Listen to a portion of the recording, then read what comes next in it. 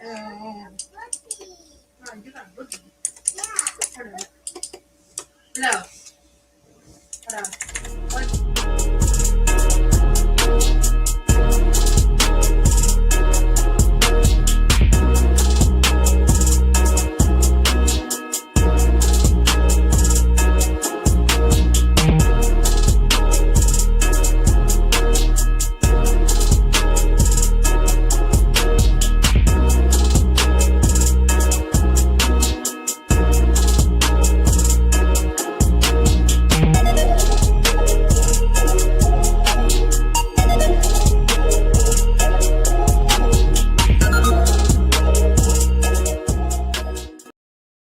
What is up, everybody? Welcome to the Wingin podcast. Jack, how you doing, man?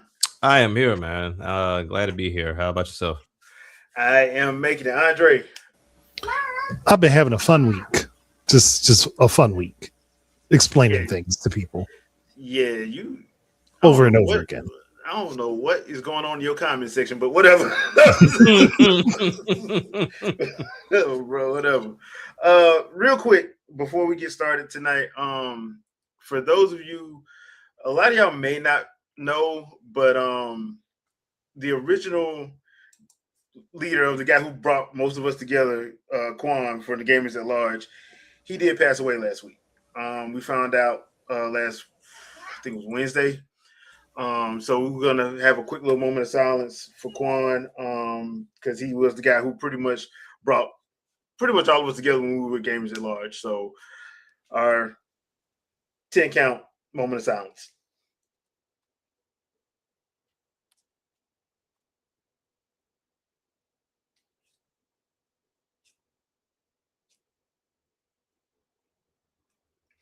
All right. So, but also before we get into everything else, Vicky's birthday is tomorrow, so make sure you show her some love before she chokeslam all of us. Right. So- Door. Yeah, just make sure you send her a tweet, say hey on Instagram, all that good stuff. Just make sure you say happy birthday to Vicky tomorrow. I'm not trying to die. So, or get trolled, or worse. So, just so you know.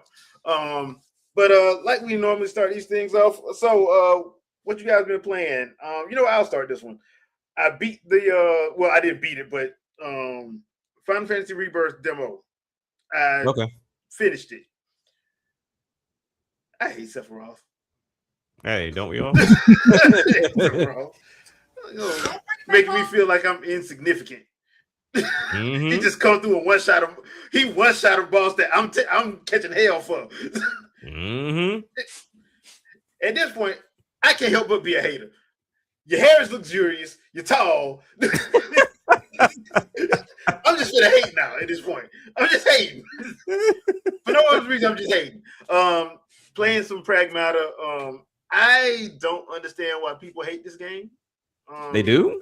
I've seen nothing but praise for it. There's a There's- contingent of people that hate it Yeah, they online. hate it. for the But it doesn't Father make sense. daughter dynamic. Yeah, it doesn't make sense if you're okay. actually around people who have children.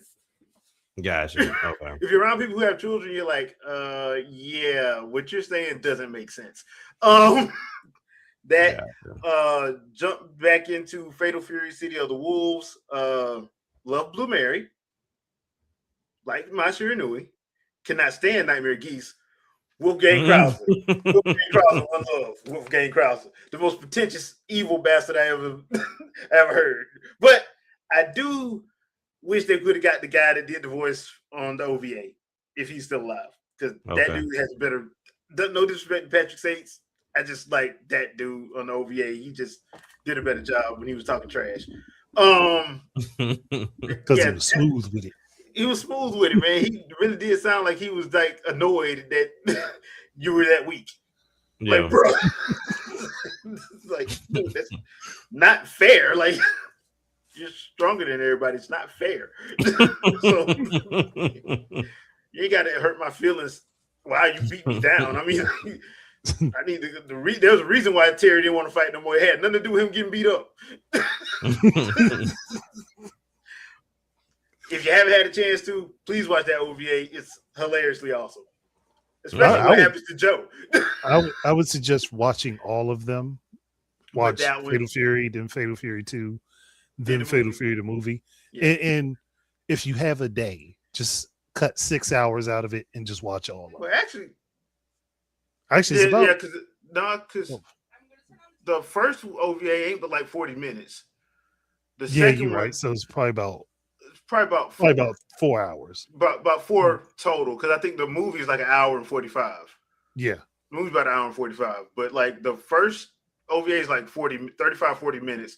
The second one's like an hour even. yeah. Straight up, and then the movie is like an hour and 45 minutes because they do a little globe trotting in the movie. But yeah, if you got Crunchyroll, all of it's on Crunchyroll. If you got Crunchyroll, so if you can't find it on DVD or anything, and you have Crunchyroll, the Fatal Fury OVA is on Crunchyroll. So if you have a chance to watch all of that, please do, because the guy who directed it, if you play City of the Wolves, he directs all the animated cutscenes, which means why haven't I got another Fatal Fury movie? Because SNK paid for it. But I digress. So, And we need a new Art of Fighting movie because the one they came out with screwed Suck. everything up. and it sucked. And Yo and Robert's hair colors were reversed, so we got to fix that. Better than Marco being called Kushnu, but so Still don't know where that name came from. I don't either. America. But Andre, what have you been playing, man? I actually have been playing City of the Wolves too myself. Because I'm trying to just go through like the stories. I'm going through each section. I'm doing the stories of Okay, you're doing Southtown it. first, then I'll do the section above it, and then I'll do the arcade runs. I want to actually go through everybody's different stories and I'm play doing through the it. I've already opposite. finished. I finished Rock. I'm like partway through Terry, and then I'm just going to circle the group and finish everybody. Yeah, I did arcade, and then I'm going through Southtown. So I'm doing Southtown now. And I've been playing that. I've been playing Street Fighter 5 because I haven't touched it in a while. So I was trying to not 5, 6. I'm about to say, what made you go back to 5? So, yeah, I'm just saying. I was like, hold on, my number was wrong. 6. The Amiibo haven't is still played more it in a while. content than Street Fighter 5. So I'm going back to play that because I wanted to finish getting all the new character moves and actually play through everybody's arcade mode because I neglected to do that with my over 150 hours in the goddamn game. Jeez. And we still can't get Final Fight. Can't get a good Final Fight game. Capcom, you're slacking. Slacking. And I've been going back playing all the handheld Castlevania games since I got the collections anyway, in preparation for the new one that's going to be coming out. Plus, I wanted 100% all of them since I hadn't originally done it. Okay, cool. I have not 100% any Castlevania games because I think the only one I did was Order of Ecclesia on 3DS on DS, and I'm like, I'm not going back through Aria of Sorrow. Screw that. Into the Ruin is fun. I 100%. actually, I 100% of Aria. It was Aria, then Harmony of Destiny. I 100%. Yep. Then I 100% of Dawn of Sorrow. Yep. I 100%ed Portrait of Ruin. Yep. Wow. And That now, was actually fun. Portrait Yeah. Room was fun. Push yeah, Ruin now I'm pretty working good. on Circle of the Moon, and then I'll do Order of Ecclesia after that. You know what? I remember now why I stopped. I was playing Castlevania Judgment. The fight. Mm. That's why I stopped. They The should fight actually game was redo fun. that. Yeah, the fight game was actually fun. So, yeah, Okay. I would not be opposed to them looking back at that and actually just first. Let Sakurai do it. He ain't doing nothing. Konami don't want to pay that fee. Konami don't want to get embarrassed. Konami don't want to get embarrassed. Sakurai would know more about their series than them. And they made it. I mean, they got embarrassed when Kojima did the Lords of Shadow series. So, I mean, Yeah. it's a little late for that. But They didn't Sakurai already make put it worse. themselves to the humiliation ritual. But Sakurai make it worse for some reason. I just got a feeling Sakurai would just make it worse. They're like, 'Cause Konami. then he was troll. Konami, y'all couldn't make this good game. Y'all didn't make this game. Y'all let this man come and make the game for you. Yeah, so good old Masahiro Sakurai. All right, Jack, what about you? What you been playing? The only two games I've really been playing was Pragmata. That game I still have yet to play it docked. Like I need to, I guess at least try to experience it docked before I finish it. But handheld has been great, especially with the thing I'm pronouncing it right. Those Nixie controllers. Oh, So they've okay. been really, really comfortable, very, very helpful in playing that game. I just love that it was a brand new, fresh IP. Like it, I haven't played anything that felt like it. The combat with how you got to do the grid to make sure you unlock everything, and kind of having these either hack builds or power builds is pretty dope. So I mean, I really appreciate that Capcom of all people actually made this happen. And then I did the NBA The Run beta this weekend. How was that? So I put it like this without going too deep into it. For $30, it has a great foundation. But it has a fork in the road in which they can go as the creators. And granted, it's a small team. Like it's not a big team at all. It's just a couple of guys that, from my understanding, came from EA Big and worked on the original Street.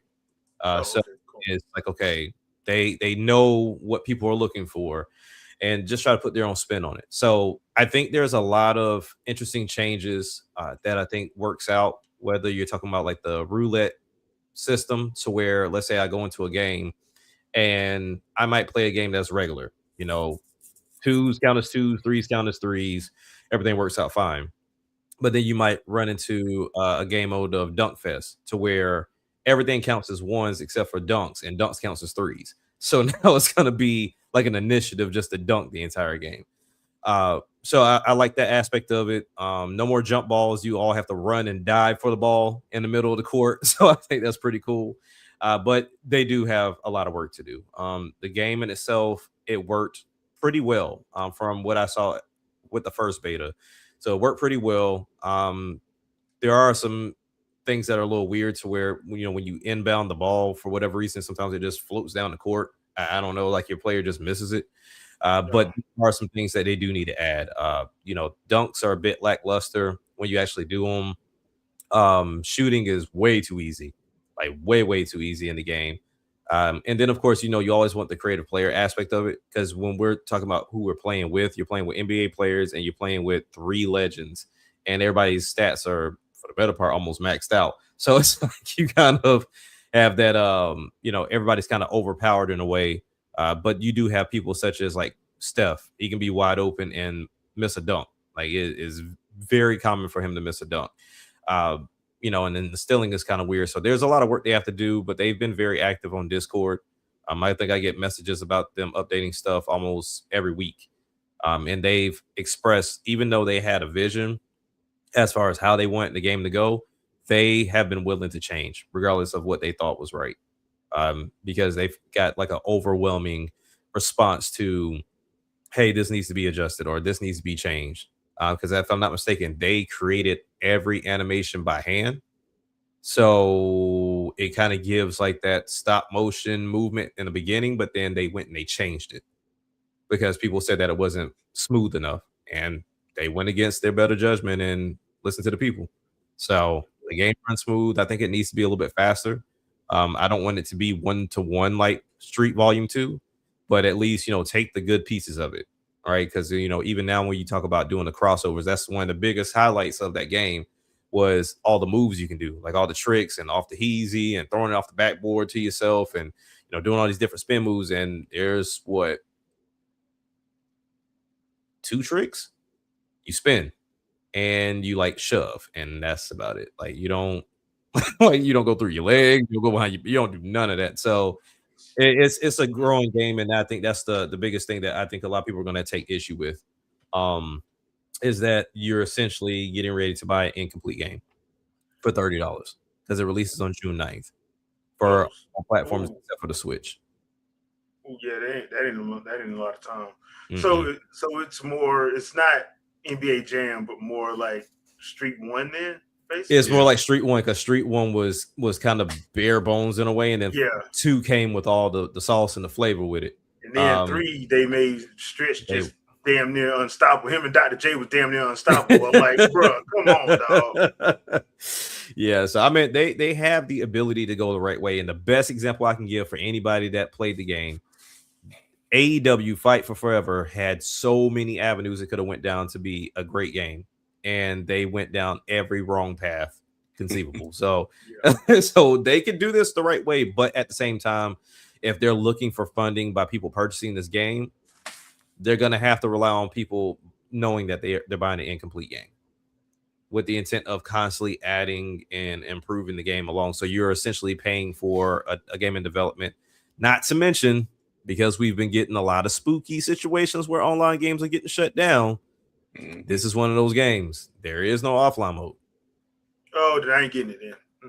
So that's the spooky part, because because there is a single player mode to where like you take control of the 3 teammates against other people and even CPU, but for whatever reason you still have to be connected online. Yes, Yeah, that's a no-go. That's a no-go. So their CEO has never this is his first time doing the game. Before that, he was just kind of like ahead elsewhere in the industry. He hasn't really touched a full project. So this is his first time, and it doesn't surprise me that they've seen delays and stuff like that. This was supposed to launch last year. Yeah. So and it's still a free to play option, right? Or is it there? Okay, well, so it's still no, free to play. I think 30? There's only 30. No, I think it's 30. So no free to play. Okay, so I think that was the original goal before the NBA got involved. So so it's 30, and then you can do 40 if you want to automatically unlock Young, Durant, Curry, and LeBron. But if you don't want to pay for that, then you can get street cred and pay for them through the street cred. I think the only thing that gives me confidence in this game is the fact that the NBA is still willing to basically fund this entire project, because they could have pulled away a long time ago. Yep. They've been working on this since 2021, I believe. So they could have pulled the plug a long time ago.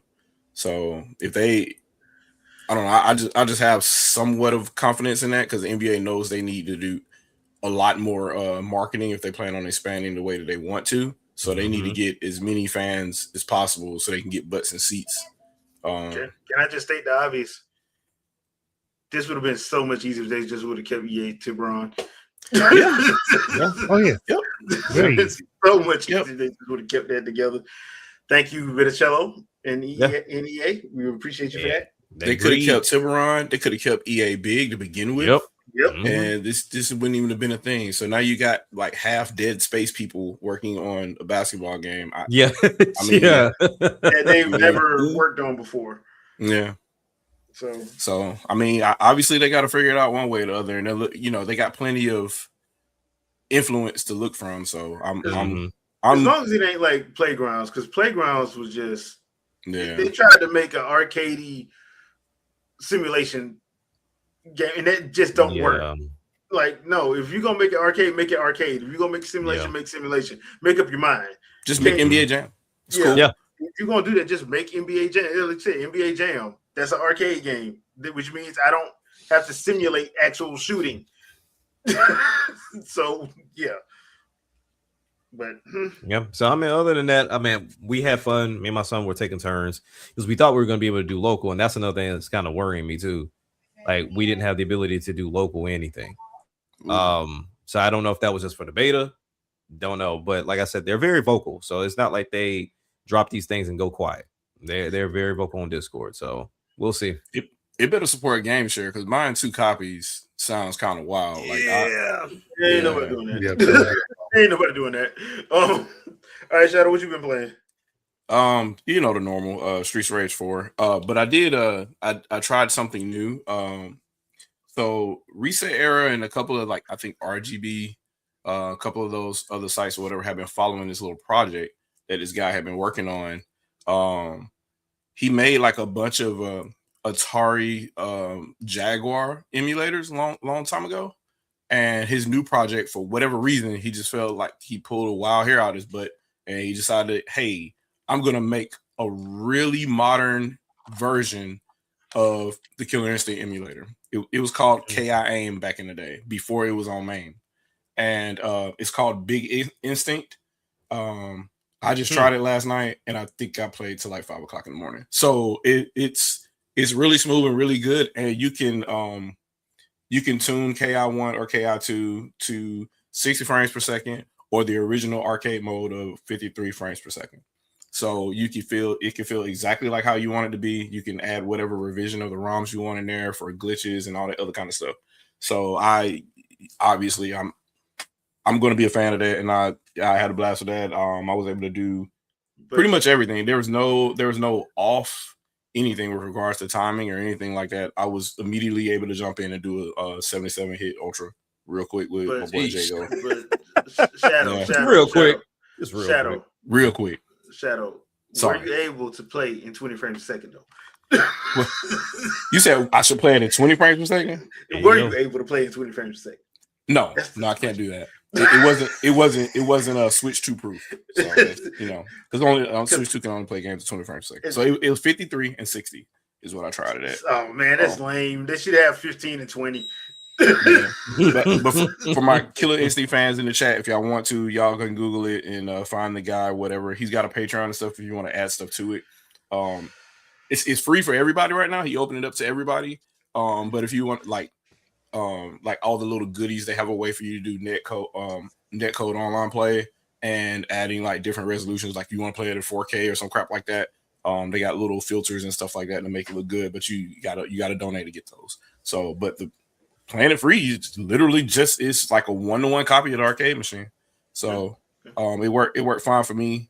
Other than that, I 100%ed Resident Evil 9. I think I recommended that to everybody to play this year. It might be pretty good. So right as I was 100%ing that, the DLC came out.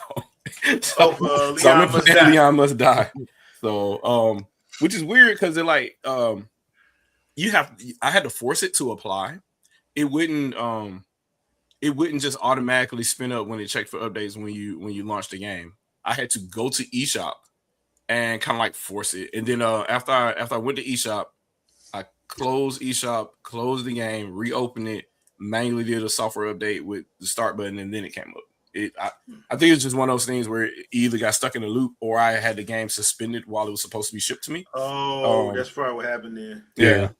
So one of those little weird things happened, but I have that now. It's fun. It's nothing's gonna match Mercenaries and RE4. Nothing's gonna match that. Because that was literally product number 3, that combo system. So you're not gonna get close to that. They got some little items in there to kind of get you close to that feel a little bit. There's items you can get to kind of get you like, hey, if you kill these many enemies, you get more time back kind of thing. But they kind of like make it more like a run and kill enemies as fast as you can so you can get different loot and different abilities or whatever. It's okay. I'm not really upset with it, and I could see how I could get lost like just running through that to play it just to kill time. I could see, especially in handheld mode. So I kind of recommend that for people, especially like you're kind of like bored or you can't decide what game to play next or whatever. You can do that in between. I'll probably playing Pragmata tomorrow. Trying to run through that and I only played the demo, so now I'm gonna be playing through it for real tomorrow. I'm gonna try to beat Stellar Blade. So I'm at the end, but I gotta go back and grind a little bit to go back to this boss. But I'm pretty much done. I did one of those things where I 100%ed it before I got to the end. So I'm just waiting to beat the boss. And then I think I'm gonna finally take Forsaken out of the shrink wrap. Because physical games on PS5 need to be played, I imagine. So that and I'm a fan of the main character. So can't believe you're woke. Yeah, that's what I've been playing. So or what I plan to play at least in the next couple hours. Can't believe you're woke, Shadow. Shadow went full woke. I can't believe that. At least I was able to play Killer Instinct at some point. Yeah. Gotta play it. Yeah, that's true. So last week, Nintendo decided to drop something 5 minutes before everybody found out about it. And that was the Star Fox Direct.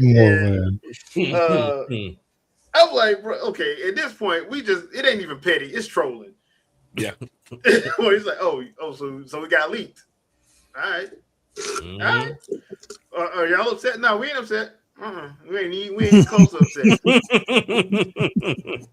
upset. They're like, hey, you were dumb enough to say it was gonna it was going to come out at a certain time. We're not going to put it out at that time. No, we're not. We're not. Matter of fact, we're gonna hold it a whole month and a half after you said it was gonna come out. And then on top of that, we ain't gonna tell you we're gonna drop it. We're gonna tell you why we're gonna drop it while y'all going to go throw the trash out. Yep. You got 5 minutes to get back to your computer. I was at my desk at work and I was like, Star Fox Direct. What are you talking about? Like, mind you, nothing that Nintendo Today app does not pop into my notifications unless something is really about to happen. Like that's how I have it set up. So when I see that question mark up there, I'm like, wait a minute, what's this? I click on, I was like, Star Fox. I was like, right now? Like, okay. Right now. I swear I was pissed because there was no way I was going to get to be able to catch it live at all. I had to run back because my notifications hit at like 5:55. It started at 6. I'm like, y'all did wrong. Yeah. I think when it had popped up when you were going live with it, I was because now I'm doing the truck deliveries. I was on my way back to the warehouse. I was like, what the hell? Popped up out of nowhere on me. Like, damn, Nintendo. They just do what they do. I think last year they were saying something like, they're gonna do a direct mini for this, blah blah blah. And Nintendo's just like, how about a Twitter direct? How about that? Yeah, right. It's like we might have had a video planned, but we're going to give you everything on Twitter. But now, since somebody decided to run their mouth, we're just gonna do this. So that's why I'm like, look, man, if you do have somebody that's an insider telling you stuff, just don't say nothing because you're making it worse on everybody now. Because now they're like, oh, so we got somebody actually leaking. I bet. And that's why Nintendo been giving their employees fake information. Yeah. Yeah. I've been saying for a while. I think I've been telling you guys for a while. I think it's somebody either with some type of access to what the ESRB reviews, or it's a third party that got the information because they're also going to be part of another presentation. Yeah. So that's that. I think it's one of those two things there because a lot of that stuff appears to be very US centric and not Japan at all, because Japan had all this stuff in the bag a long time ago, as far as like approving and whatnot. So when it comes to other stuff like that, it's just really, really strange that like right around the time that these quote unquote leaks start coming out, Nintendo automatically does whatever, and then you go look at when it got rated for the ESRB is right around the same time they started leaking, or it got copyrighted around the same time they started leaking. So it's just interesting. Either way it goes, I kind of wish they would stop because, like, bro, you're not doing yourself or anybody else in favor. I know you think you cool because you one up in journalists and stuff, but bro, you not helping. So yeah, at least Trey just says, you know what I'm doing. I'm on LinkedIn. Like at least he says that. Like they're acting like it's some type of magical dust that they have. You're using a source. They'll find out what it is and they'll plug it every once in a while, and you won't be able to get any reliable information for it. But so I made the comment that this is basically another version of Star Fox 64, which was already a version of the original Star Fox. So I know people need to stop saying this is a remake of a remake, but it is. Yeah. Or remake of a remaster, since Star Fox 64 was a remaster. Star Fox Zero was a reimagining. Well, if we want to break it down the way people did it, Star Fox on the SNES is the original. Star Fox 64 is the redo of that. Star Fox 64 3D is a remaster of 64. Star Fox Zero is a complete reimagining of the story of Star Fox 64.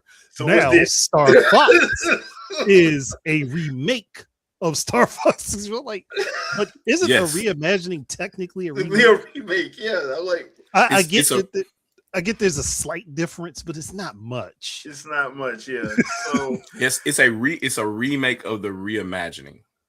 Because 64 was a reimagining of 1, right? It's more like a remake. Yeah, it's more like a remake of that specific setup instead of redoing everything to have the way it was in 0. So but it's still a remake. They're It's both still a remakes, remake, these yeah. different versions of a remake. So I did like some of the things that they added to it. The online play, I think, is actually pretty interesting the way they got it set up. Interested to jump into that. Hopefully, we get a demo or something. Because it comes out. We gave them a month out. Yeah, no. We'll get a demo. We'll get a demo 3 months after it came out, like Metroid. Yeah, like, bro, what's the point of that? I got a question for you guys though.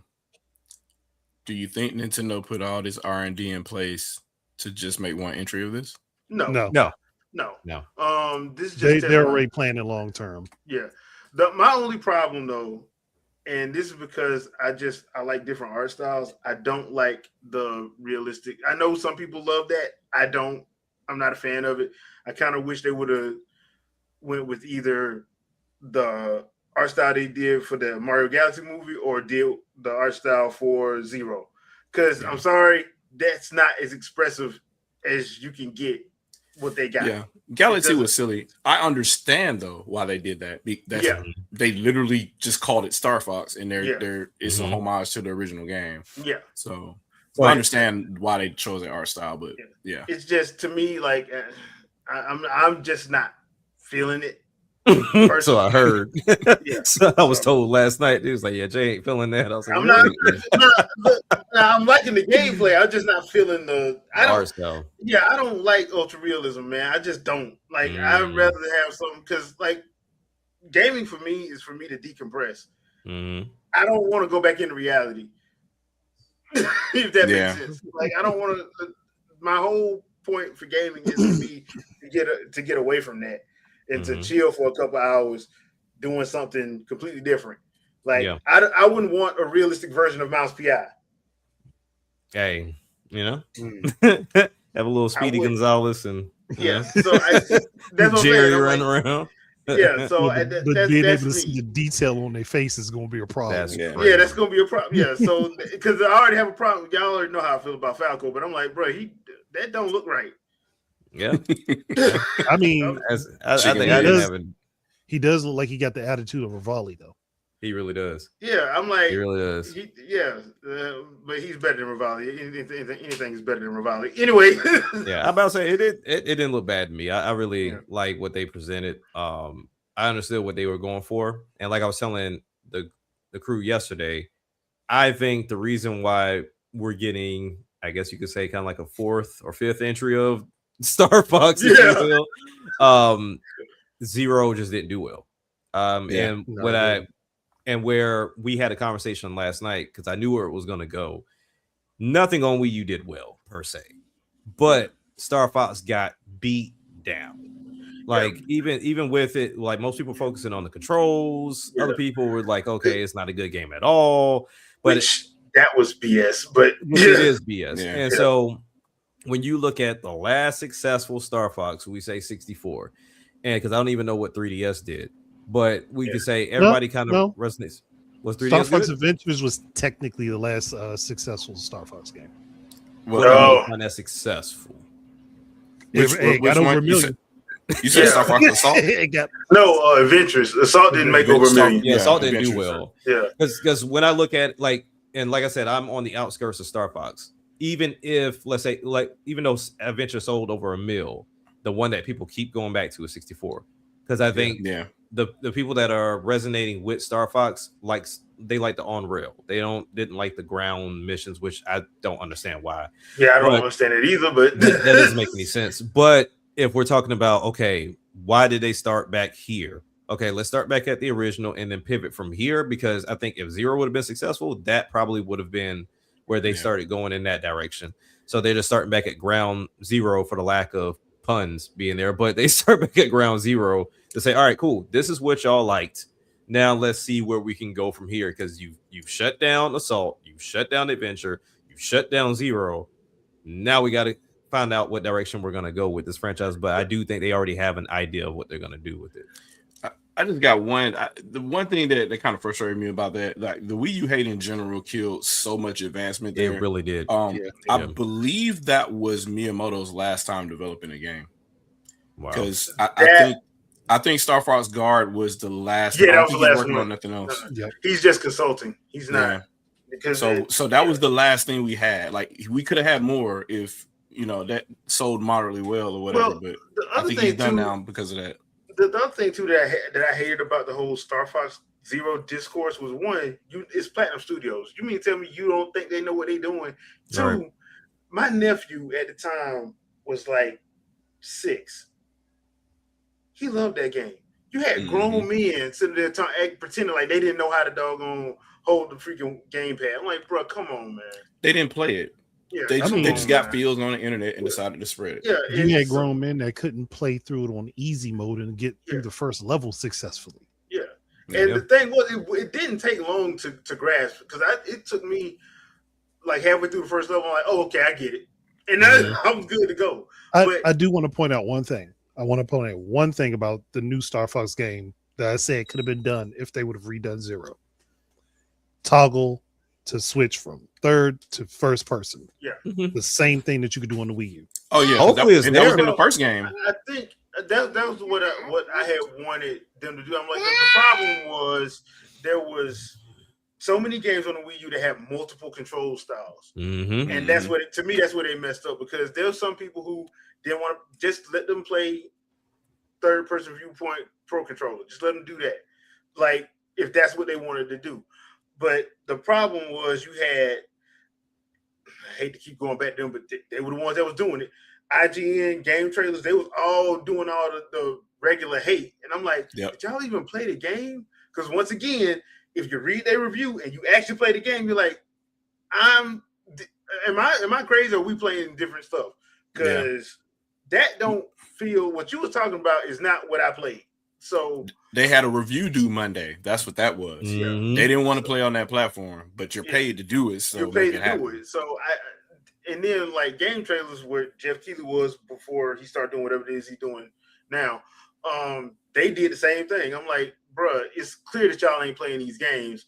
Y'all just want that because that's when they was trying to skew everything to go. They wanted Nintendo to go third party. For now, Microsoft doing it, but they wanted Nintendo to go third party. So I was sitting there like, bro, like this ain't a bad game, but only people are listening to are y'all because y'all are supposed to be the industry experts. And y'all don't even know what that means. For y'all real. don't even know. And on top of that, I'm like, I don't think y'all can play any of the games y'all supposedly love. Yeah. So that's tough. I mean, I think there were a lot of content creators. And I think y'all saw it more than me because I wasn't in that space back then. But there were a lot that were influenced after a while. They were getting beat up, and so they just decided to bend the knee because it really wasn't even just Star Fox Zero. It was the idea that you would have games that would have something on that controller and the screen. Like, well, I can't go back and forth, and I just can't do it because the screens are too far apart. Like, really, bro? Like, are we that? It was amazing. Yes, Call of Duty was amazing. Zombie U was amazing. Dude, Call of Duty. I mean, because me and you, Shadow, we remember that we ran one on Black Ops 2 and people getting mad because we both used Wii Remote and Chuck and they got pissed off. Yeah. And we were both me and my son were playing because we both had Wii Remote and Chuck or whatever, and then he was playing on the TV and I was playing on the gamepad at the same time online against people. And like so we ain't have to share a screen, we ain't have to do none of that kind of stuff or whatever. And people wondering how we're able to jump, turn, aim, and headshot people at the same time. Like you just turn your arm and it's the best version of Splinter Cell. Yep. It was on the Wii U. Like people like to hate, but the thing is, all you had to do was see what they were saying. You could tell you didn't play the game. You're copying what IGN said, or you're copying what Rev 3 Games said, or you're copying because you're saying the same things they saying. You did not play that game. Yeah. Yeah, that's why I like so a lot of times in this engagement or whatever, the first thing I want to do is get that out of the way. I ask you, hey, so how do you feel about that? Tell me what you really feel and explain why. Because typically they don't have an original thought. They're just copying the talking points that they heard somewhere else. So if you give them the time to hang themselves, they'll just say just those things. And I'm like, that's interesting because I heard that from somewhere. Where'd you get like it verbatim? Where'd you get that from? And that's usually it. So I don't know. I mean, but Nintendo need to talk to Ubisoft though. They really do, and that's They- what we said a long time ago. They need to holler at them. But I mean, honestly, I think that's the hard part too, because even when we talk about being disingenuous or anything that they want to talk as far as talking points, the one thing that has been the same across the board, if you choose to change controls in any kind of way, people are going to reject it. I don't know why. It's like no one wants to go away from your standard control set. Like there's some that are embracing like the back buttons now, because you're starting to see a lot more controllers with those extra buttons on the back. But as far as gyro, motion, or any different type of input, no. Like it has to either be controller, and then the very few that do keyboard and mouse. People don't like change. They really don't. They want you to make a game that is immersive and that does something different, but keep my controllers the same. Man, I love it. I love gyro. I use it in just about every game I got a gun in now. I got so used to gyro that every time I go back on NSO and play N64, I gotta reacclimate myself because I be forgetting. Yeah, it's tough. I be forgetting. Hold L, drag and lost it. Yeah. It's just one of those things. I have a problem with everybody being so upset about different control setups or different controller setups. I like, if you want gaming to be an evolved medium, then you actually have to evolve with the medium. Yep. You can't be like, oh, well, I want all this new stuff, and then what? But I want the controller exactly the same. Well, another thing too is the other thing too is there's no the game too. I'm sorry. No. But I mean, there's also no such thing as standard controls. There's no such thing as that. Yeah, no. It is all depending on the game. No. Yeah, that's why I was like, every time I heard somebody say, "Oh man, I just want standard controls," like I've asked that question and never got a response. Especially when it came to Star Fox. A lack of vocabulary. Yeah. It's common, but it's not the standard. It's very common. It's something that most developers default to, but that does not mean that it's the standard, because anything can change. I mean, we think about how some games will rely on gyro. I mean, when you talk about what is it, your boy? I forget his name. Yosef. Oh yeah, Yosef. When he did Two Brothers, he had the older brother on the left stick, younger brother on the right stick. Like that's not standard. You usually just move with one stick and then you switch to the other person. That's not a standard thing. So I mean, the controller itself, no matter how good the game is, the controller itself will determine a lot. Your controller can be horrible and ruin a great game. And that's where the inputs, the button layouts, everything is important as far as how you can control that game. I downloaded Firefighter Simulator the other day on PC Game Pass. It works with controller, but for whatever reason you can't change the inputs for controller. It's still showing the keyboard, and by default they have you using the water hose on B, and then you crouch with the right trigger. I was like, but if you swap that, I can then use my right stick to move the water hose around. But once again, simple switch of a button can change that whole outset of how that game works and how much fun I have with it. But it's very dependent on how the controllers are set up. And that's why I felt like, honestly, the evolution of controllers really could have been what the Quest 3 had, because all of your buttons are there. And now you can have motion, you can have gyro, you can have all of it. And, I don't see it going that way, but it should go that way. And even when you see the Steam frame, I think they did it even better, to where all 4 face buttons are on the right, and then you have a stick and a D-pad on the left. So essentially they just took a controller and split it in half, and now you have the ability to not only have extra buttons, because naturally those are where your fingers are for the grips of what we now have on the back of controllers. But then, like I said, you have what we have with the Joy-Cons. If I want to lay back and just have my arms laying to the side, I can. I don't have to have a controller sitting right here. Mm-hmm. And then if I want to kick in motion, I can. If I want to do a shooter and I'm just chilling, now I can just pick up and aim. But unfortunately, I don't know anyone outside of Nintendo that will be bold enough to say, hey, your next system is going to have this primary controller where it's similar to a Steam Frame or Quest 3 controllers. Because somebody's going to find a way to complain about it. Even though it has all the buttons necessary, it's just they're going to find something to complain about. I find it odd that, like, for the VR systems, right, that seems to not be an issue. You can have the split controllers and you can have the gyro and all that. That seems to be acceptable. But the moment that you say you could do it on the TV, that's when people start flipping out. It goes crazy. I don't know. They're just weird to me. I don't understand that, but you're not getting it. It's because it's a flat surface, and we can't handle flat surfaces with three-dimensional space utilization. As much as IGN was trying to pimp 3D TVs back then in 2009, well, so that's because Sony told them to do it. Sony told them to do it, so they had to do it. But that's the thing. Like, even with that, even on Nintendo, we know is the leader right now. It will take for Sony to do it for everyone to get on board. But even then, they'll get some pushback because with the DualSense controller, that is a top tier controller when you talk about the haptics. And with 4 hours of battery life. Man, we ain't gonna go there. My point is, and worth a third of the price of the system originally. Right. But my thing is, it's like they could have done so much more with that controller. Sony put so much technology in that controller, and now we want to. Oh, it'd be cool if the controller can get hot or cold in a situation, or it'd be cool if it can like shoot a breeze in your face. You won't use it. Like, so it don't first make of all, a difference. I don't want nobody home. Yeah. What was it? COD supported it 2 games ago, and everybody turned it off. Yeah, like it was supposed to restrict your shooting or whatever. Like, yeah. I don't need nothing for my controller hitting me in the face. I don't need that. Or either like a smell sensor. Like, I don't need all that. I'm good. I don't think that a sensor in a controller that turns it warm or cold is a good idea because of potential condensation on the board. Great lawsuit. Oh yeah, lawsuit waiting to happen. Go ahead, somebody playing the game one day, and it's just gonna blow up in their hands. Yeah.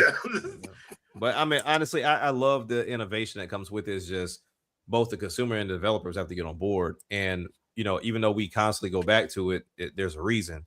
The Wii U gamepad had the ability to do it all. Granted, could it feel more premium? For sure. I'm not going to refute that. And then, of course, at the time, the screen iteration. Exactly, and then the screen itself wasn't multi-touch at the time, so that's to be understood why people didn't care for that. And we were just going into multi-touch, if I'm not mistaken, because phones were kind of getting a little bit better. So to put that in the controller probably would have been more expensive. At the time, at the time. So when we look at what it could have evolved to, once again, playing it off your screen like we're doing now with the Switch, asymmetrical gaming. VR is killing that scene with asymmetrical gaming because you don't understand how much fun it is to say, okay, cool. I'm one character, or I'm like in the case of like the Friday the 13th game, I'm Jason on the gamepad. The rest of y'all play on the TV screen and try to get away from me. Yep. You know what I'm saying? Like, but now it's this, okay, well, we want to be on our own separate screens, so multiplayer kicks in. But then if the game has multiplayer, we're worried about it being shut down. And if it gets shut down, I want my money back and I want the single player option, but then I don't get the option that I'm looking for as far as the split screen. It just turns into a whole thing to where everything I mentioned with the Wii U gamepad was local. Yep. I had to worry about it. Yeah. So I don't know, man. Yeah, like we what was it? The launch game. I can't think of the name of it right now for the life of me. I don't know why I can't think of it. Nintendo Land? Yeah, Nintendo Land had the little Luigi's Mansion Find Me game. Yeah. And that was amazing. Like it literally was asymmetric. Like one person had a gamepad, and then you're trying to look around for people. Everybody else can see what's on the big TV screen moving around. And that's just a completely different experience. That Mario Run game was like that too. Like we were just playing it not so long ago. And like I said, my wife is not a gamer. And so she was like, all I gotta do is just do a flashlight in the Luigi one. And then for the Mario one, I just have to run and go hide in a spot. And then when the whistle blows, you come and find me. Like, it's simple. It's that simple. And it gets you in. It's immersive. And it's a different idea of getting people to play together. And it's almost like the power of both Xbox and Sony, as well as IGN, gravitated us here to online everything. This is what you really want. This is what you want. You don't want to play with nobody on couch. You don't want to do that. You want to play with somebody from the And the reality was they couldn't. The thing is that they overpromised and underdelivered. Yep. With all the spec talk and all the other kind of stuff, they couldn't give you all those whiz bang things. Number one, because they weren't even 720p. Most of those games, they were like 540p and below on 360 and PS3 then at the time. But then in addition to that, they couldn't do local multiplayer because that would have kill the frame rate even more. Mhm. The system, they were already cutting corners to get you what you saw on screen, so they couldn't do like old GameCube and N64 and stuff like that because they weren't overkill for their resolution. They were barely making it. Right. So, but they had sold you on, well, we'll have two 1080p displays and all that other kind of stuff that they ended up lying about later on. So they couldn't really give you that. So that's when you start seeing the rise of, well, why don't you buy 2 copies of the game and everybody play online? Like that kind of stuff. Or even to play local, they wanted you to have multiple copies because you needed multiple consoles to render the game. So it was just, I noticed that, and I noticed that nobody was really picking up on that, and I'm like, oh, they're not supposed to pick up on that. They're not supposed to talk about that part. And I'm like, I know y'all like local multiplayer. Why are y'all talking about it? Why aren't y'all talking about it going away, and why?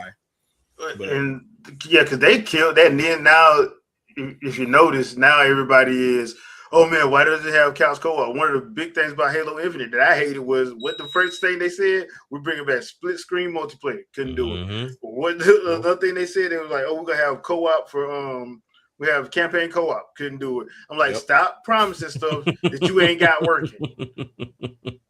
Because I hate to have to do this, but I go right back to Tears of the Kingdom. AJ Newman sat in front of us for 12 minutes and showed us what the game was going to be able to do. Did not say one thing about the depths or the sky. He just showed you what you going to do.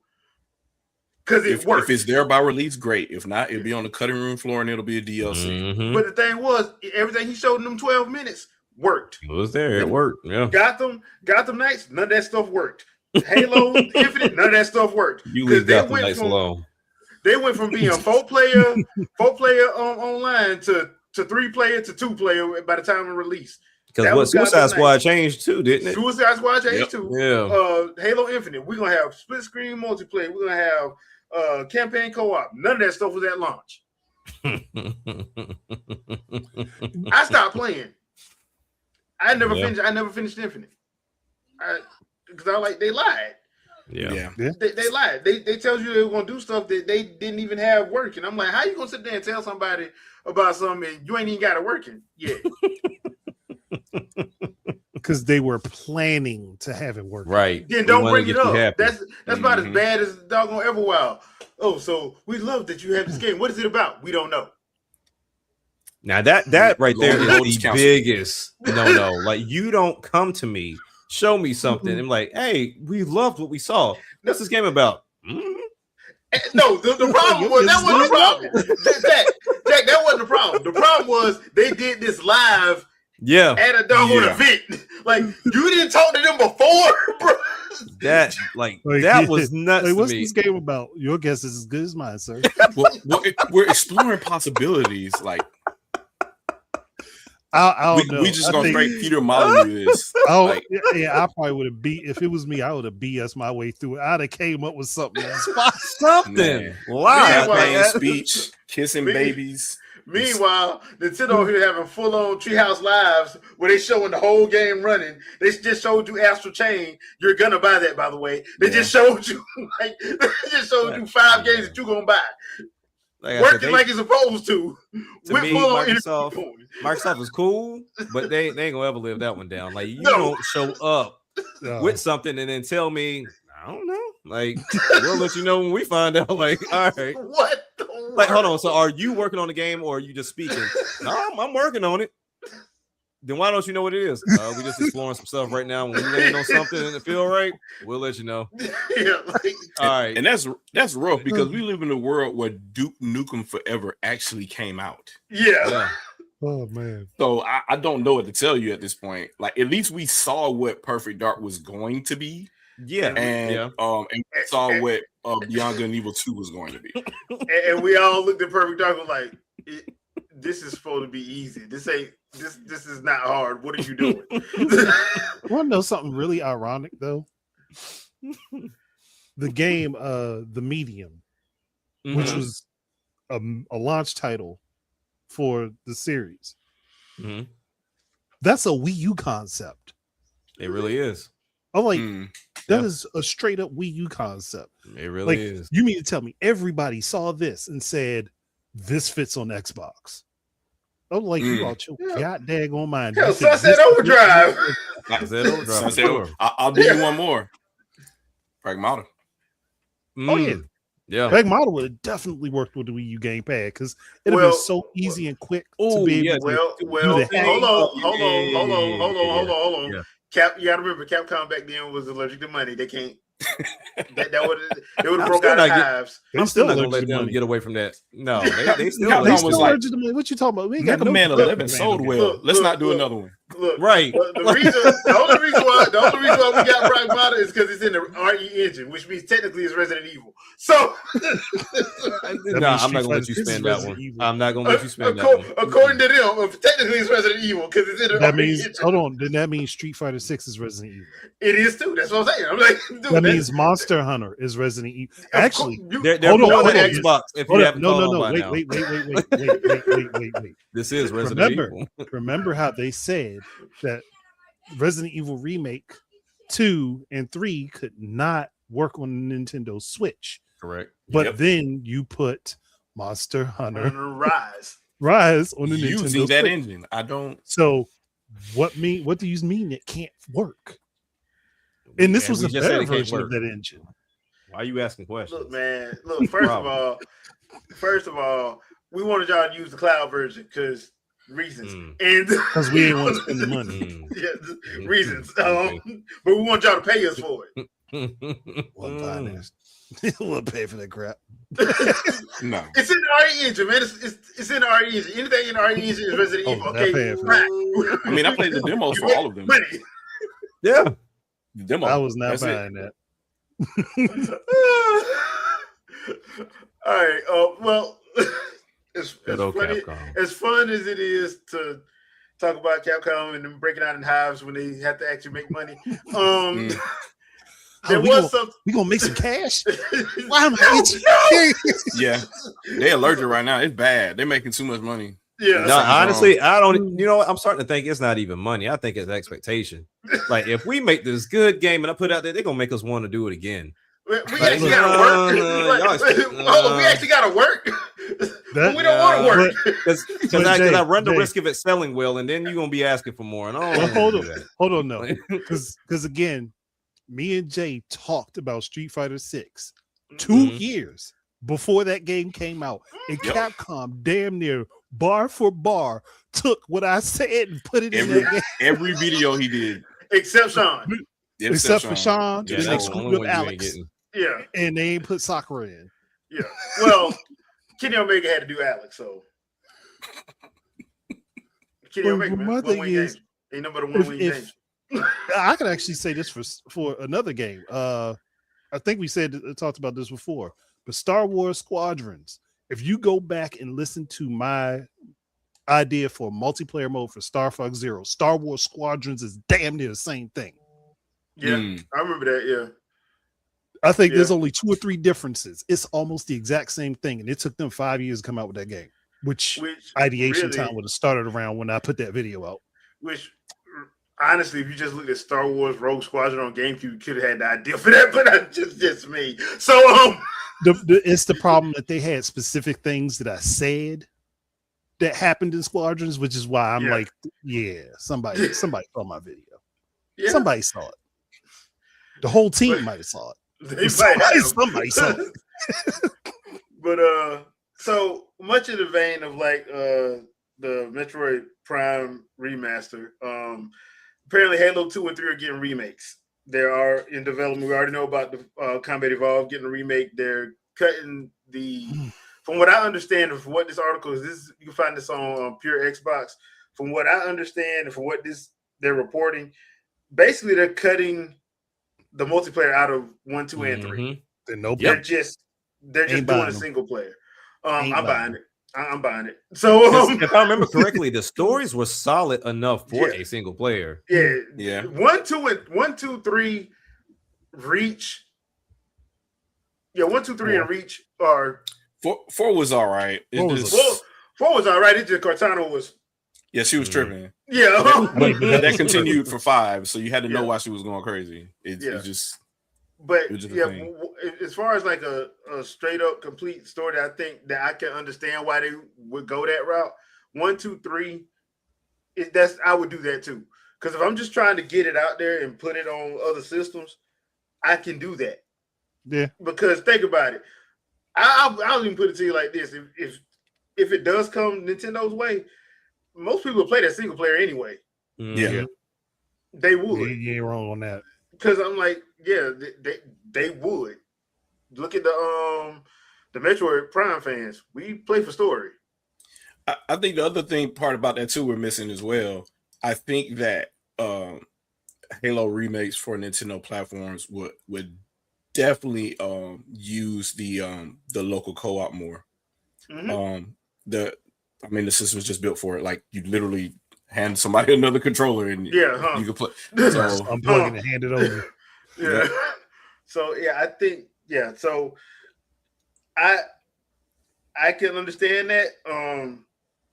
They are in active development. I don't know who's over Halo Studios now because Bonnie Ross been gone, and I don't know who the other director is. I think all the old heads are gone. Yeah, the ones that were right after that came over from Bungie that stayed, they're all gone now. They're either on the Metroid team or they're with or they went to Bungie before Sony bought them. Yeah, and they're kind of like in limbo. Yeah, basically. And I think honestly they're not doing the multiplayer because they scared of messing it up. I don't blame them either because like the problem is I think there's too many suits involved saying, hey, this Fortnite thing that my niece is playing, y'all should put that in there. How do we sell it? Yeah. Well, no. But my cousin plays this. What they call it? The Watch Over. Overwatch. Yeah, put that in there. Watch like, Over. No, like, dude. Like, no, this ain't the type of game for that. Bruh, I cut your check. You want to get fired or you want to put it in the game? That's what I thought. So big team battle. I would straight up get fired. Yeah, I'm like, yeah, Slayer. you won't fire me then. Nah, I need my OG modes, man. Yeah, but that's what I'm saying. You gonna fire me then? I ain't putting this crap in there. there. And once again, I think that's another thing. I think that's what probably happened with Perfect Dark. They kept wanting to put all this other stuff in. I'm like, bro, it is not that hard. Yeah, this should not be. This ain't rocket science, bro. Like, I forgot JB said the game share too. I forgot about that. So like you could game share. Yeah. Local multiplayer. And what I mean by local multiplayer, I'm still talking about the campaign. So like if you're talking about the running through the campaign together with friends or whatever, that's definitely the system to do it on. Yeah. So I'm Night, yes and no. We in wait and see mode with that because the new Xbox said she's saying all the right things, but I think she was told to say that because there ain't no way in the world she's allowed to do everything they denied Phil Spencer for doing. Yeah, I'm about to say they really haven't taken too many actions. Granted, they lowered the price somewhat. Yeah, they saying the right things, but they ain't really doing much right now. Yeah, and chances are a lot of those contracts were already set in motion anyway, so they got to fulfill them first before they can do anything else. Anyway, yeah. Do I need to give the bad news away? Go ahead. She's gonna do whatever Nadella tells her to do. Oh yeah, we already know that. Yeah, and Nadella's going to do what Phil Spencer said that they should do. That'd be disgusting. Mostly. That would what's going to happen? Everything in the cloud. He gonna get. Y'all gonna get Azure. One way or another, y'all getting Azure. Yeah. If I gotta drive to your house, you gonna get Azure. Yeah. Stop trying to act like you ain't gonna get Azure. You're getting Azure. That's basically Azure, and you getting Copilot. And I don't want to hear nothing else. They're trying to give you Xbox controllers that plug straight to the cloud already. They're just like an Xbox controller with an Active Directory. You saw the leak controller. Talking about like there's a local button and a cloud button. I'm like, for real? Like, one way or another, you getting Azure, and I don't want to hear your mouth. Love. Yeah. Now you put in a contra code and you get a free key for Office 365. That's what's you know what's best for you. We're gonna do this the easy way or the hard way. One of these ways, y'all getting cloud. Y'all gonna get cloud and Copilot. One way or another. So oh man. We clouding? Or you Look, that's what I was like, bro. Azure's not the cloud I want. It don't matter. That's what you getting. So that's why I was like, I hear them, but I'm like, I'm not believing because there ain't no way in the world they finna abandon doing all this stuff to putting these games to other consoles because they got to get some money back. Yeah, They're they not do. making the money. So yeah, you're gonna see a lot of games. Yes, they're probably gonna try and focus on some exclusives, but do not be surprised if you see Banjo Kazooie on Switch and PlayStation. Do not be surprised if you see like I said, well, we already know with Halo Combat Evolved, but don't be surprised if you see Gears or something like that.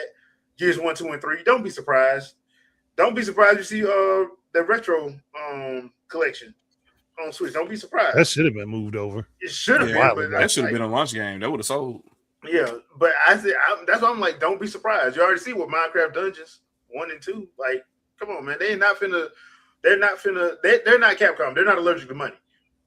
Man, Microsoft is the opposite of allergic to money. I'm just telling you, if Forza comes out on Switch too, That'd be Forza crazy. comes out on Switch too. And for if they smart, they'll port it to Switch. If they as well. smart, yeah, because like I wouldn't even do it to Sony because Sony has Gran Turismo. Switch, Nintendo don't have a simulation racer. No, Mhm. they don't at all. And for That's those just that were money. complaining about, oh well, it wouldn't make sense because they don't have analog. Look, trust me, Grid Legends did it, and Grid Legends figured it out. Grid Legends said either A, you can use the right stick, B, you can use those digital triggers and shut up. Yeah, See that button right there? C, you can use your GameCube controllers. I just press that button right there and hold it. That's what I do. Yeah. or no, like you said, like you just said, Jack. No, because a lot of these games run on that GameCube controller. Yeah. Yep. Yeah. Which I tested out. Analog We triggers. all tested out. But a lot of people act like they don't have third-party controllers that do have analog triggers. Yeah, I don't Like, understand that either. I don't like if you are going to get Forza, 9 times out of 10, you're that 1% person that has multiple controllers, one of which Probably has a wheel. analog or a wheel. Exactly. Yeah. So let's not play stupid Yeah, today. and Like, they- let's not do that. And they do sell wheels for Forza and Gran They do. Turismo, so Yeah. they do. Yeah. Like the Gran Turismo one, I ain't gonna lie, that was nice. That thing comes with a full. You got gas pedals. It damn near got a stick. Like depending on which Bro, one you get, I'm them like, bro, controllers is ridiculous. it ain't that serious. It is not that serious. I don't have the table space for this. But yeah, like, bro, some of them are very. They get when they say simulation, they was not lying. Yeah. I'm surprised you ain't got to put gas in the mugs. Don't give them ideas. Do not No, give 'em no, ideas. don't go back to the idea EA had with charging people for in-game gas. Yeah, that's Or that even Mafia was doing like, oh, you gotta do speed limits, and then some games like you did have to get gas. I'm like, no, let's stop doing No, this. yeah, I don't need to that be was that crazy. real. $5 every 15 minutes. There you go, right there. Gas Hit you $4.55 right a in the gallon. face. Gas $4.55 a gallon, depending on where you at. Yep. Oh, Mm. oh, you bought this game in California? Oh no, Oh, we bro, gonna this need is $7 a gallon, bro. we gonna need $20 every like. We're gonna 30 charge you minutes, premium bro. prices. Yeah. But all I got is a Toyota Prius. Yeah, you got to put 93 in there. Yeah. They'll hit you with it. Crazy. In game, got to use 93. There's nothing. There's no regular. There's no 87. It's all. Mm-mm. 93 octane, bro. That engine don't take that 87. What are we talking about? And you can only go to Chevron and BP. Oh, You can't go man. nowhere else. Get your loyalty card up. Yep. That's all you can do around here. Oh. Yeah, man. It- So I guess I don't know what Sony's issue is going to be. I don't know what they're going to do, but They're saying the same thing. Microsoft saying, unironically, they're talking about going back and getting exclusives. I'm like, y'all let half of y'all's laps. straight playing on PC, like I That's need them to wild. be original for once. I just need Sony to be original for once. They used to be. I'm like, bro, what happened to y'all, man? If we're gonna be technical, Sony was never original. They just paid so nobody No, else they got it. wasn't. That's what Yeah. I'm saying. I've never I known them mean- to be original. they I bought mean, studios. I mean, as far as like having, like when it was Nintendo, Nintendo, Sega, and Sony, you saw them have their own band of Oh, yeah. mascots and exclusives. That's what I Yeah. mean by That they that, did right? have, but there was a lot of games that would have been on either Saturn or 64 that Sony paid to keep them off. Mhm. Yeah. Oh, like, y'all, yeah. people didn't know that back then. Yeah, but I'm just sitting here. I'm like, bro, but because look, they had what Mark Capri, Rise Kasai. They really Yeah. need That was those guys. theirs. They pretty much had Square Enix to themselves. Square Until Enix. They had almost Damn. all the RPGs to themselves at Yeah. one point. Mhm. Yeah, PS1 was insane. yeah, and PS2 was right alongside it. So I'm sitting here like, bro, y'all had it, but then as soon as Microsoft come in, y'all saying, "Oh, well, we got money too." Meanwhile, Microsoft's like, "Yeah, right, that's cute." So Yeah, you don't. yeah, that's cute. Do you know we're bordering $1 trillion? Did you know Yeah, that? like y'all ain't Cute little yeah, movie okay. company. Okay, all right, yeah, that's cute. Y'all got money. That's cute. That's so cute. Sell me your Vio laptop. Like, Yeah, like you don't know what we do around here. You need our operating system to sell the computers that you sell. Like, like, yeah, bro. Exactly. You do know your value come with Windows OS, right? and Yeah, guess that's what I what thought. domain it signs into? Active Yeah. Directory. yeah. But y'all got money like us. All right. Oh man. They sitting there watching Sony sell those laptops like, another licensing fee. We'll take it. I wonder how they just sitting there looking at like I can just imagine Microsoft is just be like, hey, did y'all hear about the Sony Ericsson? Talking about that phone? Yeah, the phone. What happened to it?